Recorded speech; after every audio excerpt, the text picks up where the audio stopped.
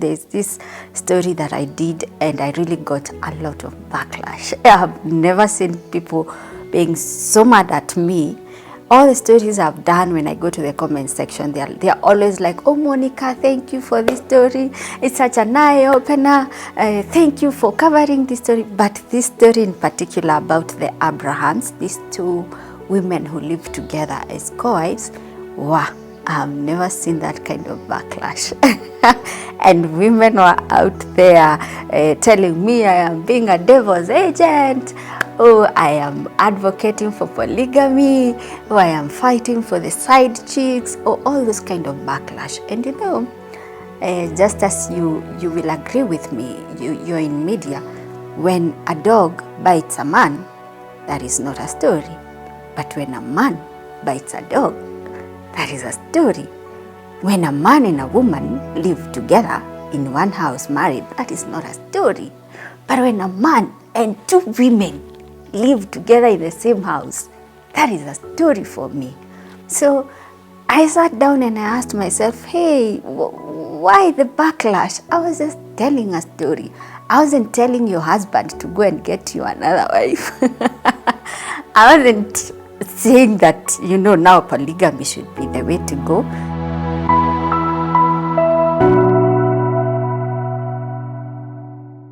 So my name is Monica Kagoni. I am a journalist. I like referring myself to a digital journalist because I'm working on digital platform. YouTube, they usually give us the name content creators, which is okay. Na watu wengine watatuita watu wa YouTube. Wengine watatuita vlogger. Wengine watatuita all those kind of names. But personally, I am a trained journalist with a diploma in mass communication. And I've been in this field of communication for more than 10 years now. My channel is Metha ya Kagoni. Metha literally means a table. And in our Kikuyu land, where I got the concept of Metha, is, you know, in Kikuyu we usually build two sets of houses. There is a bigger house, we call it Methaine, and there is the smaller house, we call it the kitchen or riko. So when grown-up want to talk about issues, they'll assemble in the big house at the sitting area, Methaine, and that is where they'll discuss different issues to do with family and what they want to do. So that is where I got my concept, the name Metha ya Kagoni. It is where we go, you know, to talk about issues and get solutions for those issues. So our content is purely created in Kikuyu, but in other instances, we'll do an interview in Swahili or English, depending on the kind of host that or rather, depending on the kind of a person who is giving us their story. But mostly, I would say 90% our content is purely Kikuyu. And why I choose the Kikuyu market is because I really feel very comfortable when I'm expressing myself in Kikuyu. All my life, I have worked in the Kikuyu media stations. I started with Radio Maria. It's a church station that broadcasts in Kikuyu in Murang'a County. Then I went to Inoro TV. So you can see all along. And then when I was in college, I really used to like to listen to these vernacular stations, Kameme, Shero, and Inoro. So my passion has been, I want to tell stories. I want to be a journalist who tells stories in the vernacular language and in Kikuyu, which is in my mother tongue.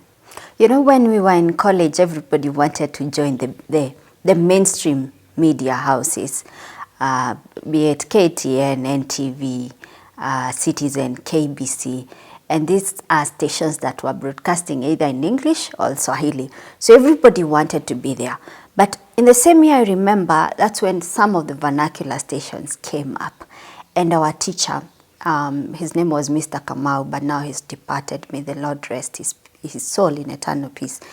He told us, he really sat us down and told us, if you really want to, you know, brand yourself, position yourself, go where many people are not going. Choose where fewer people are choosing. And I was like, you know, I come from Murang'a. I've lived in Murang'a all my life. Even in school, in primary school, our teacher would teach us in Kikuyu, you know. Like, mnafanya hesabu, lakini mwalimu anakueleza kwa Kikuyu. So I sat down and I told myself, it's a language that I speak so well. And I am listening to these radio stations in vernacular in Kikuyu.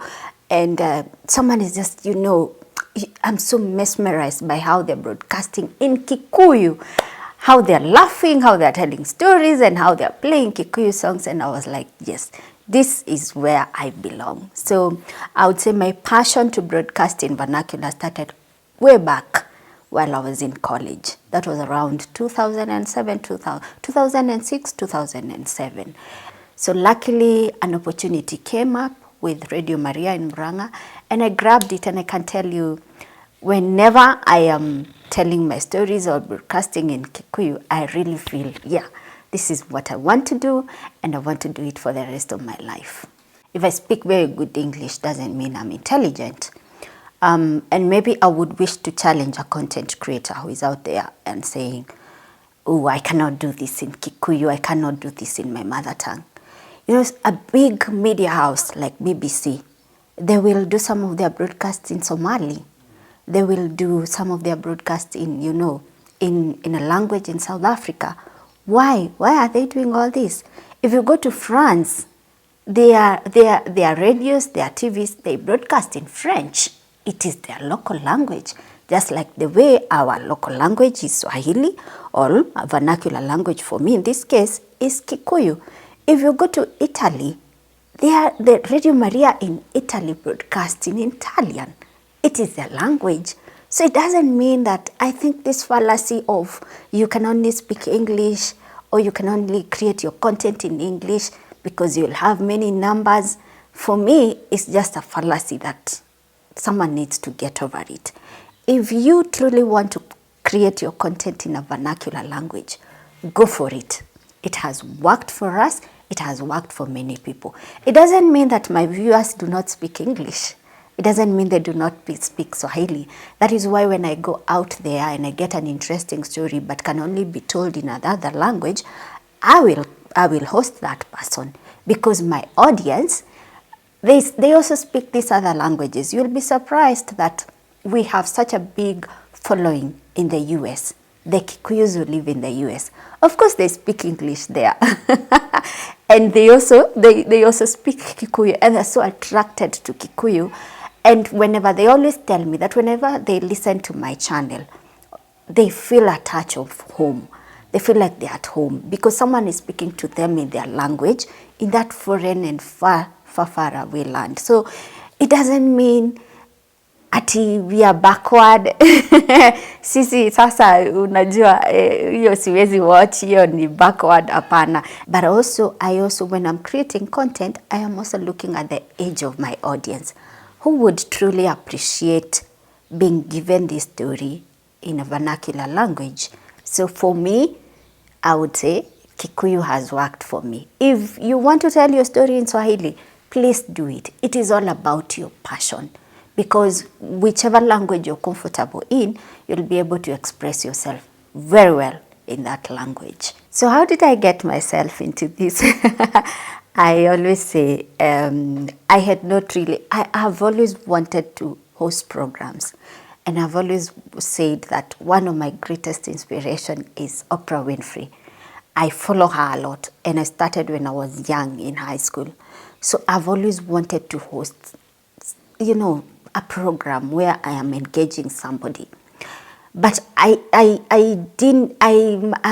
was always focused on, you know, I get into a TV station and that is where I'll get the program. So at one point, when I was in Inoro TV, I was in the news department. So I didn't really have the chance, you know, to really realize this dream that I've always been holding. But when now I went into another station and it didn't work, that is when somebody told me, hey, you know what? You really need to take advantage of the digital platforms. And I just quit. I woke up one day and I said, I am not going to work in a place where I am not getting any pay. I had gone there to work in the first place. So I said, I'd rather stay at home and take care of my children than just wasting my time going into a station where I'm not getting my pay, because it's my right to get my pay. I did not go there as a volunteer. So one day I woke up and I said, I'm not going to work anymore. I'll stay at home. And in all this process, that's when a friend of mine advised me and told me, hey, that program you were hosting in the TV, it was doing very well. Why don't you use the digital platforms we have at the moment and you host it there? You make it your own production. And that is how I started. I remember I started with like a very small camera that was given by a friend. That's where I started. I would go do, with just one camera person, we would go do an interview and then I come and upload it on YouTube. So I remember my first interview was about a woman who was suffering from, brittle bones, as in she was just having a medical condition that was really out of the world. So when I put that story, of course you are expecting it is going to receive quite a viewership, but it didn't receive the kind of viewership that I was expecting. And I did several others, and the reception was quite lukewarm. And I am saying this because of someone who goes out there, wants to try to create content, and you think, oh, the first or the second story you've given us, or vlog, it is going to catch the attention of everybody. It doesn't work like that. I can say I did quite a number of interviews and the reception was really lukewarm. But there's this one story I did, I remember. It was about a reporter who works with Royal Media. His story is well known in the public. His name is Victor Kenodia. And at that point, he was trending because apparently he did an interview in English, and you see the same backlash of, uongei kizungu mzuri, all that. So I did an interview with him and it really did very well. That is the time I hit 1,000 subscribers. From that story, I think I got about 5,000 subscribers. And from his story, that is when my channel, reached the criteria for monetization, because it received quite over 100,000 views. And of course, I hit the 4,000 watched hours. And yes, I was, my channel was approved for monetization. So I would say that is the first story I did that performed more than I expected. Because back then in 2019, doing a story and it receives more than 100,000, that was quite, I don't know, it was out of the world for me. Passion will make you do great things, because when I started, as I've said, you're not getting the reception that you're hoping to get. You're putting money into this production. However small it is, it consumes money. And you're putting all your time and your effort. And every time you upload a story, it doesn't receive the kind of attention you were hoping it would. But what made me wake up every morning and say, I am going to try again and again and again, is because of the passion that I have as a journalist. When I was joining journalism, I wasn't pushed by anybody. I chose the field. So that passion is what drove me every morning. I want to go and try one more time. I want to go and try one more time. I used to look up to channels like your channel, Shared Moments. I used to look up to a channel like Tuko and several channels. And every morning I would say, if this person has made it, I am also going to make it. I don't just want to make a living, but I also want to do what I love doing, which is telling stories. And that is what is number one for me. Because I know if I tell a good story, I'll make a living out of it. So for me, I want to feed this passion every day with effort, with, not giving up no matter what. Yeah, at some point, I felt like I want to give up. And it is in the public domain that I tried going back to my employer. in Royal Media, just to beg them to give me back my job. And I tried several times, but unfortunately, I wasn't given the opportunity. And what people do not know is that I also went back to my first employer, which is Radio Maria, and I was given a job. I was given because Radio Maria had opened a radio station in Nairobi. It was quite new. So they gave me an opportunity to manage what they call the promotions department, or rather the marketing department. And I took up the job. I remember I was employed in May. Yes, I was employed in May. But after 3 months, I resigned. I resigned because I felt that passion was still pushing me. There was this voice that kept on telling me, Monica, why have you abandoned your child? And my child, in this case, my channel. And I kept on feeling that I just wish I've given it one more time. I've just tried one more time. This feeling, this voice really bugged me. It really pushed me. It really, I couldn't even perform like I used to perform back then. So after 3 months, I felt, no, I don't want to do this. I don't want to be employed. I do not want to, with all due respect, I don't want to be in this office. I don't want to do this promotion. I don't want to work for this radio. I want to go back, pick up my child, and, really put a lot of effort until I've seen my child standing on his own. So I resigned after 3 months, and I went back to my channel. The channel was not making money. I remember I wish I carried my phone. I remember the first time that I was looking at the analytics and I'm looking at the payment that I've got for that month. I remember it was 1,920, I think, 1,920.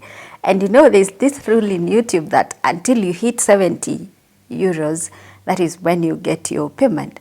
So I wasn't paid that month, but I can see my money is here. Then the second month, I think it was around 2,000 and something. Still, I wasn't paid. The third month was around 4,000 and something. So I think I received my first 7,000 in the fourth month after I started. Then I remember the time that really I sat down and said, wow, I really want to do this, is after I did that story of Victor, and that month alone, now apart from the accumulation, that month alone, I earned 9,000 shillings. And I sat back and, I really clapped for myself and I said, this is what I want to do. So in terms of payment, of course, it wasn't paying at the beginning. That's why I'm going back to these places begging for a job back, because I have no means of sustaining myself. But when I purposed, I remember when I purposed and said, I am quitting this job and I am going back to my channel, I think that is when things opened up for me. Of course, I struggled sustaining the production. Friends would give me money, family would give me money. Those who believed in my dream, they would give me money, which I would use for production. But eventually, it picked up. I remember I did a story about a lady called Virginia, a mother of 12 children. And that is when my channel, it just exploded.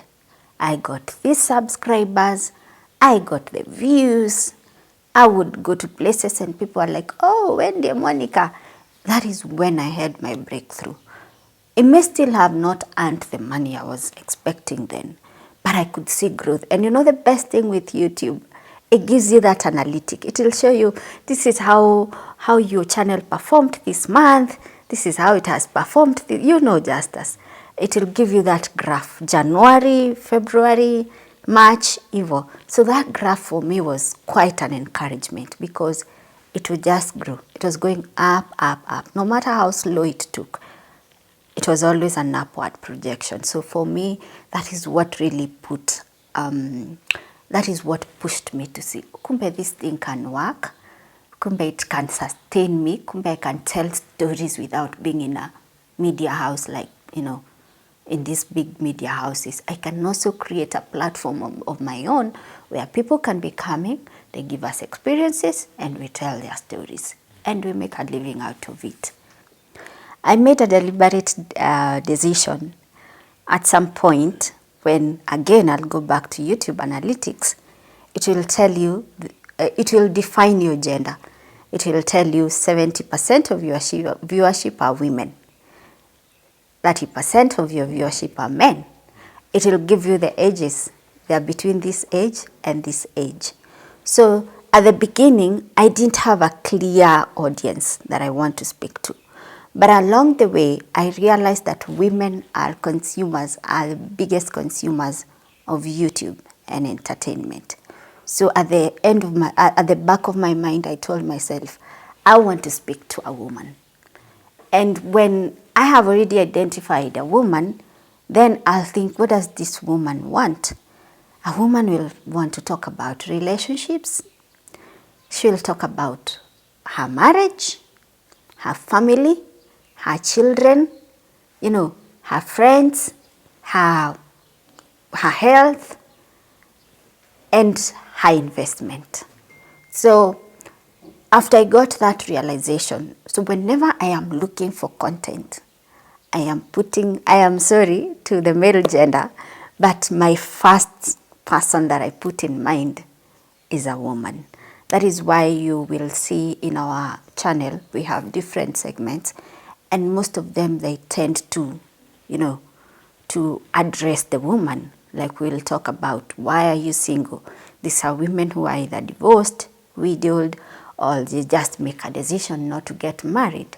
We have another segment we call the marriage coach. We are looking at a woman in a marriage. So how do you sustain a marriage? When do you tell you're in an abusive marriage? All those kind of things. We also have a segment we call self-love. This is about your eating, your lifestyle, your eating habits mostly, how you can prevent illnesses through healthy eating, addressing those issues of belly fat, a smooth skin, all those kind of things that women struggle with. Your hair, how can you dress well, all those kind of things. So when I am creating content, I look at my audience first. And my audience is a woman. So anything that I bring has to be attractive to the woman. Of course, when I am creating content, I'll go out there and maybe feel as a person, using my personal judgment, that this story is going to be very good for my viewer.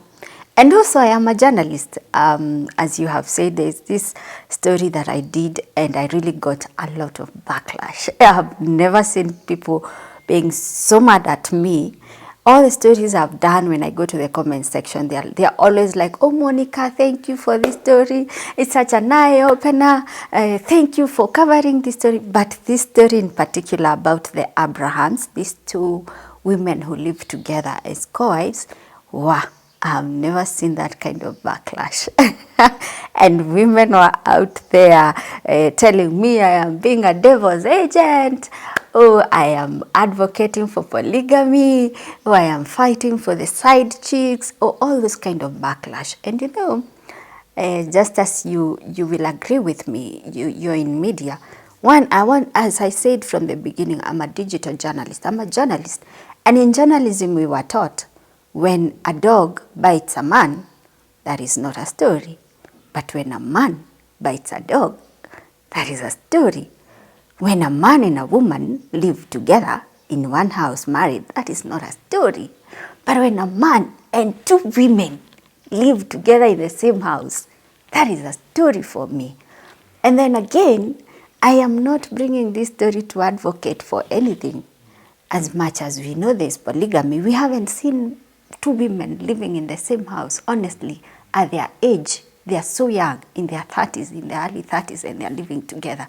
So I sat down and I asked myself, hey, why the backlash? I was just telling a story. I wasn't telling your husband to go and get you another wife. I wasn't saying that, now polygamy should be the way to go. Personally, I am married. I am a good wife, if if I may put it like that. I am a good wife, and I wouldn't want to get a co-wife for me. I wouldn't stand. And there are people who make choices when their husbands, they remarry, the first wife walks away. That's why we have the Why Are You Single program, because according to her and her coping mechanism, she cannot stand another woman. There are others who chose, that is what you have decided. Sawa, you umweke kwa nyumba yake na mimi kwa nyumba yangu. Sawa. There are now those exceptional cases where the first wife even invites the second wife into her very own house and says, hey, you come, we live together. You know, it's all about how you take it. And these are the stories we come and tell you. Now, it's all about how you, as our viewer, take it. So whether we talk about them or not, they are there. They are there. And we, as I've said, we are not pushing an agenda by bringing certain stories. We're just bringing you a story that we saw out there and felt, hey, this is a good story for my viewer. Whatever they learn from the story, it's upon you. By the way, the media doesn't bring you stories that are positive all the time, according to what you call positive and negative. There are stories they'll bring you and you feel, hapana, hiyo story haikufaa kuenda on air, haikufaa, you know. Mwingine anasema, yeah, we need to tell our story because our tastes are different. What you like is not what the other person likes. So, yeah, the backlash is there. You will do a story one day. Today you'll do a story, you receive all the backlash. Tomorrow you'll do a story and everybody will be clapping for you. Whenever I read those comments, I don't put them in my heart. I just pass. Because, you know, in my head I'll tell myself, you're the one who clapped for me yesterday. Today you feel I have let you down. And you have all the rights to feel I have let you down. You have all the rights, like in that story, married women, they had all the right to feel I have let them down. But you know what? That is a story for that day. We'll do another story tomorrow. And the feelings will change. The mood will change.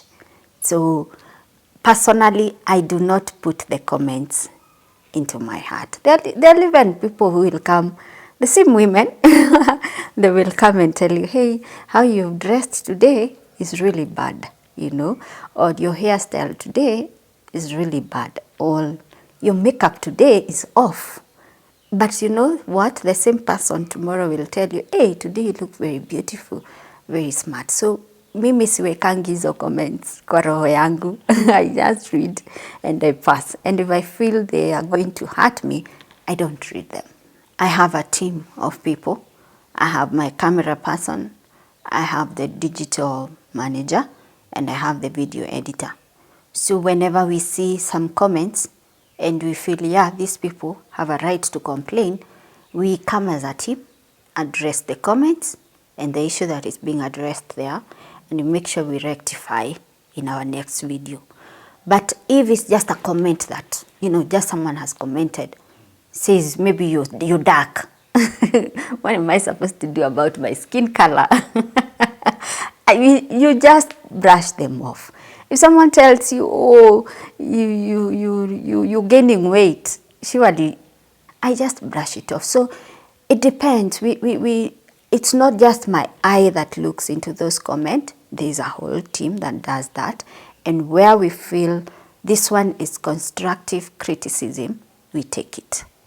Where we feel this one is just someone we need to ignore, we ignore that person. I have many stories that I can boast of, and when I say boast, I mean in a positive way. But there are 3 particular stories that I always sit down and say, wow, I am so happy I was part of this story. And the first story is about Virginia Kamodo, who had 12 kids, and the husband had really, denied her access of all these children, and he had remarried, and she wasn't allowed to see her children.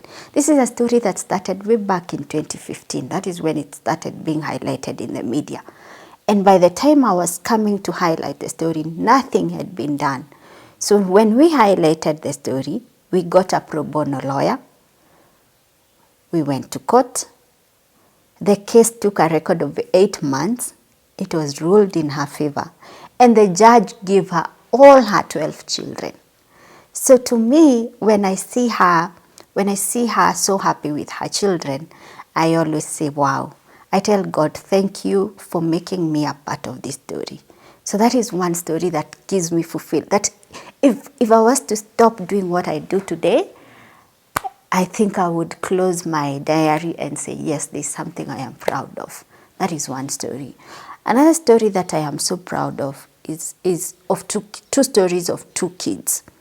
One was born with a condition where she was just leaking urine throughout. And when we took up the story, we got people who donated their money. We took her to St. Francis Hospital. Dr. Mwika, thank you so much. They did some surgery. And now this girl, she's back to normal. She's able to hold her urine. She goes to school. She lives a normal life as a normal child. That is a story that I look and I say, this is what I want to do for the rest of my life. Another story is still of a child called Michelle. Michelle sustained some burns like 2 years ago. By the time I was going to cover the story, she had lived with this kind of burns for about 2 years. The burns are from the waist downwards. So the burns have become so infected, so bad, literally so bad, you couldn't even look at them. And she was in pain day in, day out, until she's become used to pain. So when we highlighted the story, I remember we worked closely with Kijabe Mission Hospital.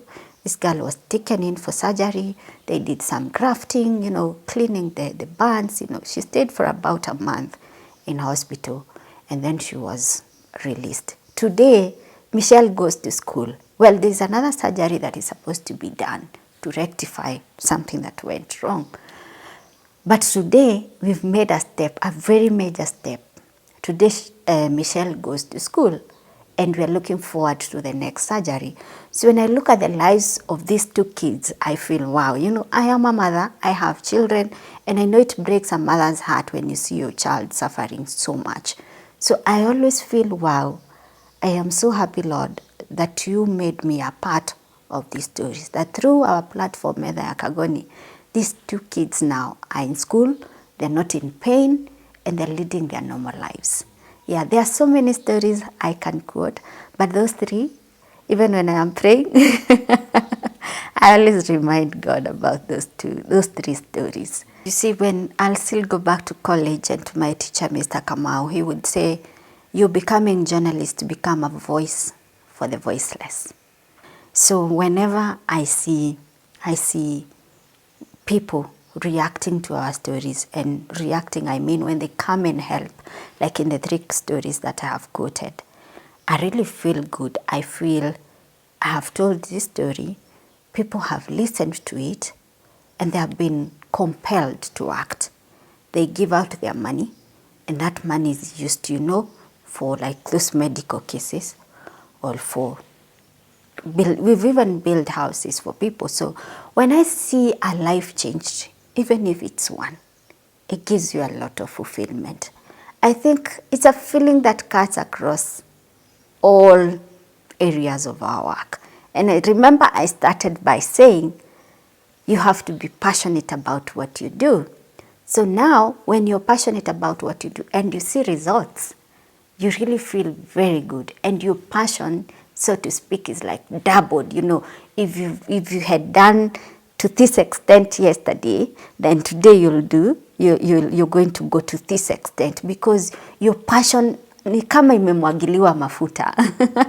Ni kama imemwagiliwa mafuta, so you want to do more and more and more. So yes, I always feel this is what I want to do for the rest of my life, when I see the impact that is being created by the stories that we tell. Okay, there are those who will also give us the backlash of, you're making money out of people's stories. And I always look at it like a win-win situation. Remember, Justus, when I come to your place, personally, I go to where my host is. I do not have a studio. So let's say you are in Nakuru and I live in Nairobi. I will come all the way to Nakuru. I am going to use money for that production. I will fuel. I will pay the people that I work with. You know, literally, I'll use equipment, whether they are mine or hired. I am using equipment to tell you a story. So I have used money to tell you a story. A story that you yourself called me to come and highlight. Maybe you have a sick child, or let's even use that example of a sick child because it's a story that I have covered. If you receive any donations, we do not ask for a single coin from that donation. And I want to put this very clear to people because I know I have seen other creators who have had their names tarnished.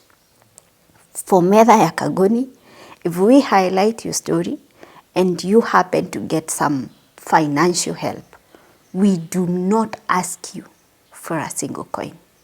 We do not ask you to cater for production. We do it ourselves. So as we just come, you tell us your story, we come, upload, and that's it. There is no payment that is required anywhere. I usually see people writing to me, oh, how much do I need to pay to come to your channel? We do not charge a single coin. We do not. The only people we charge, I will tell you, the only people we would charge to come to our channel are not people who are coming to tell us their stories, but people who are coming to advertise their products. Those are the only people who we will charge. We will charge Bountiful Safaris. We will charge AMG Realtors because those are advertisers. But anybody else who is coming to tell their story, and I want this to be very clear, we do not charge a single coin. Now, there are those who will say, oh, you're making money out of somebody else's story. Now, how do you want me to sustain that production? How do you want me to come all the way from Nairobi to Nakuru if you don't want me to monetize my channel? How? Production requires money, so whatever is paid by YouTube is what we use for our production.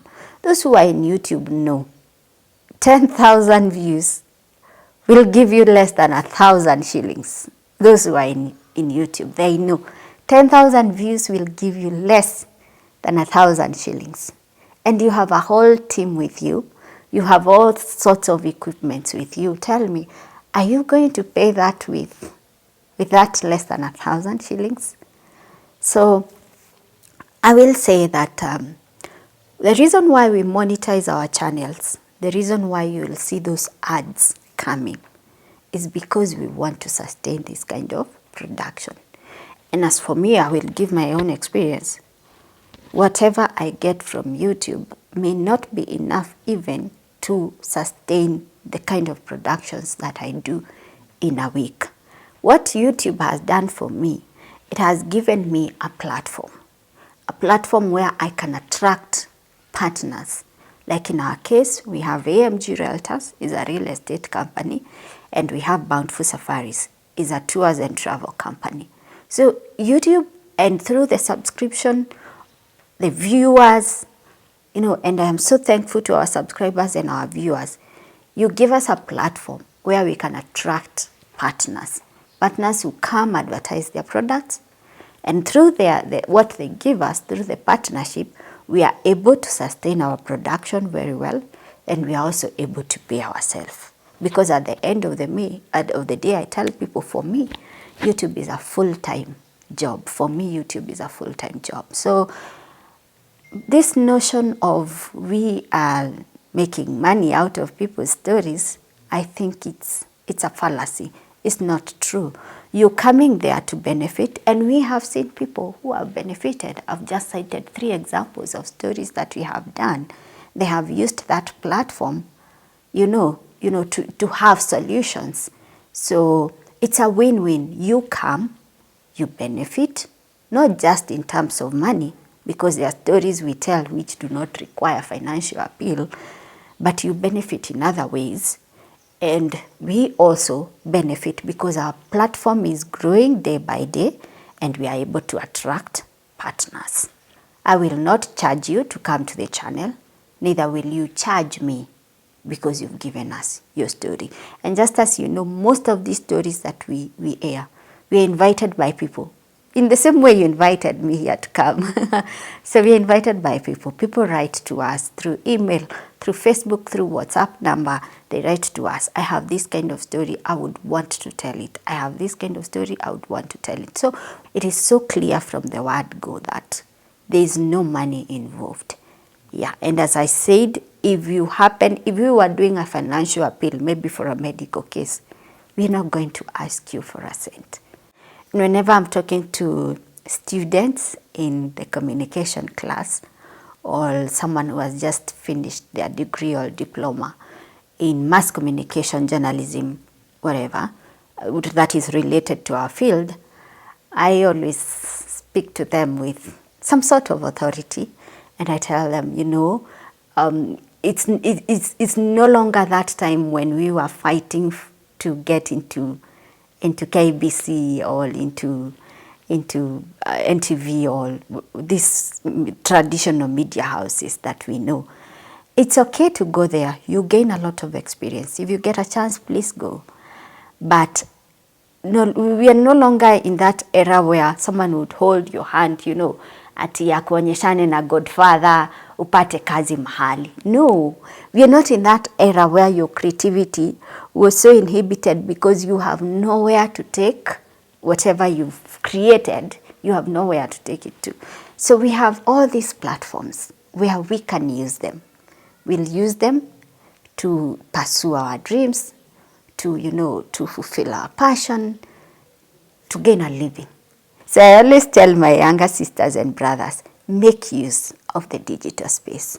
Usiingie tu Facebook kuona nani alipost, ulike picha ya nani, ucomment picha ya nani, you become a hater, you know, you're just commenting negative comments. Apana. Look at that Facebook and ask yourself, what can I do with this platform? Look at that YouTube. As much as you're coming to watch Metha Kagoni, thank you so much. But as you watch, get some inspiration. Ask yourself, what can I do with this YouTube? Maybe you're not even in the communication field. Your work is not to tell stories. Maybe you have a business somewhere. Maybe you have a boutique or a cosmetic shop or, you know, whatever kind of business you may be having. How are you going to use that digital space to bring customers to your business? Sometimes unaingia kwa matatu unaona kila mtu ako na earphones and ako TikTok and watch videos. It's good. It's a stress reliever. But then after watching, then what? I think the next thing you should ask yourself is, how can I use this TikTok to grow my business? If I sell clothes, if I sell shoes, if I sell hair, if I sell water, whatever I sell, if I sell spare parts, uko Kirinyaga Road, I have so many fans there. How can you use your Facebook account to grow your business? That's what I would advise someone. Because I've seen it working for me, I believe it can also work for you. My dream is to literally have a media house, a digital media house, where we are feeding you with information and content every other hour. Not like what we do, or we only have like a few days in a week where we post our content, but our dream is to have a platform where we can be posting content almost on every hour. That means our team is going to grow bigger. You'll not just be seeing me as Monica, you'll also see other hosts. We're also looking at a platform where we can help in growing talents. Like if you're a comedian and you feel you want to partner with us, you want to give us your content, we upload it on our platform. Of course, at an agreement, we are looking into that because we want to help you bring out that gift that you have. And then, you know, we show you how to fish, and then we let you go and fish now on your own. So We are looking at a platform that is going to grow. It is going to stop being a one-man show, just Monica, but a platform that brings in everybody who has something to give. Maybe it's someone who can do those interviews better than me, because talents are being discovered every day. Maybe it's a comedian. Maybe it's someone who can be coming and plays bogidi for a whole hour there and entertains our guests. Yes, so some sort of a digital media platform. We've been entrusted with so much that if we just put some effort into doing something, it is going to blow up. You're going to explode. You're going to achieve so much. But the problem with us women nowadays, we want to be kept. We want someone to mind our bills. We want someone to give us money, buy us everything that we want. We are in this generation of lazy women, which that shouldn't be the case for us. We've started this culture in college, in university, kakuwekwa na sponsor. Ukiwa shule, ukiwa college, you have a sponsor who has kept you, who buys you everything that you need, who gives you all the money that you want. When you get out of that college, you will not work because you started a culture that is so bad. Some habits are hard to break. So even when you leave college, you'll just sit, do nothing and wait to be given money, which shouldn't be the case for us. And then we are also giving up very fast. You start something, you start a business, it is not receiving the kind of, response that you were hoping. The first month, the second month, you've closed down. Why? Because hutaki kulalia hiyo mayai mpaka ipasuke, hutaki kuilalia. And life is not like that. Life, you do not just get what you want. You have to be patient, you have to put a lot of effort, and you really have to, keep on pushing and pushing. Eventually, you will see results. So what I would advise my little sisters is zoea kujifanyia kitu. When you earn your own money, it is very sweet. It's very sweet to earn your own money. It's so fulfilling when you go to a shop and you buy yourself something that from money that you earned yourself. It is so fulfilling when you start a business as small as this, and then you see it growing and growing and growing, and eventually becoming an empire. Nobody started from there. We all start from hapa chini. So that is what I would advise them. And then be patient. Patience will always make you achieve great things. Do not just start something today. Umefungua salon, leo ni watu wawili wamekuja, so kesho ukuji kazi. Ulikuwa unataka watu wangapi wakuje? Wenye ulikuwa unataka wakuje, wagoje kesho watakuja. That is how your business grows. But you can't open a salon today and expect 100 clients. Never. Hata mtoto hazaliwi anaanza kutembea hiyo siku. Anazaliwa, we all know the milestones za mtoto.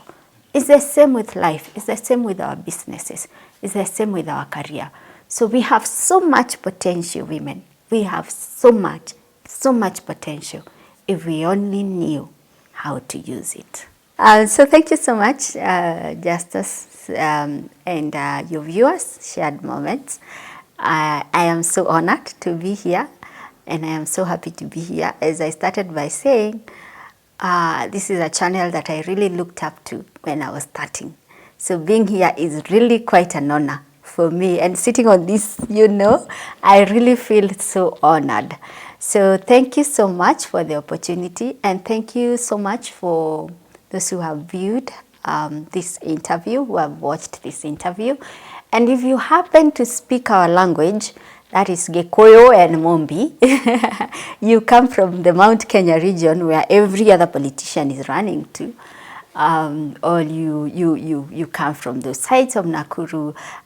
We also have Kikuyus in diaspora. Wherever you are and you speak our language, I humbly ask you, I hope my English is very good today, I humbly ask you to go to our channel. It's Metha ya Kagoni, Metha for Metha, literally Metha, ya Kagoni, and please subscribe to our channel. It means so much to us when you subscribe, because you help us create such a platform that is going to bring all this kind of impact to different kinds of people. So please go there, subscribe, watch some of the videos that we have done, like, leave us a comment there. However you write it, it's okay. If you want to criticize us, it's okay. If you feel we need to change some things that we do, please give us your comment. We really appreciate your feedback. So subscribe to Metha ya Kagoni, and not just to Metha ya Kagoni, you also subscribe to this channel that you're watching, Shared Moments with Justus. Thank you.